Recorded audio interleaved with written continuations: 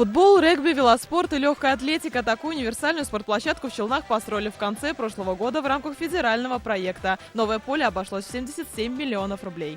Будем тренироваться, готовиться к играм, готовиться к турниру зимнему.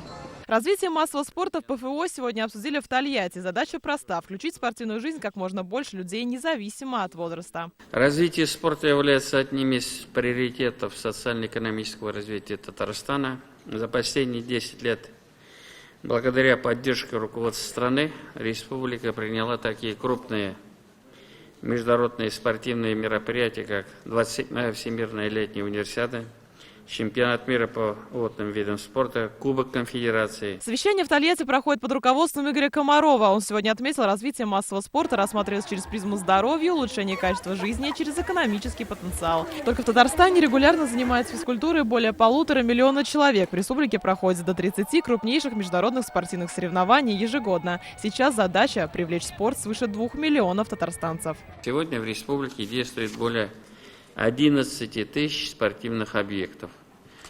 В их числе 235 плавательных бассейнов, 48 ледовых арен и 2000 спортивных залов. Мы стараемся обеспечить каждый район и город. Татарстан в спортивных лидерах среди других регионов округа. В этом году в республике построят еще 85 спортплощадок и 6 лыжных баз. Большое внимание и спортивному резерву. Молодым специалистам-тренерам теперь полагаются единовременные выплаты. Юлия Муратова, ТНВ, Тольятти.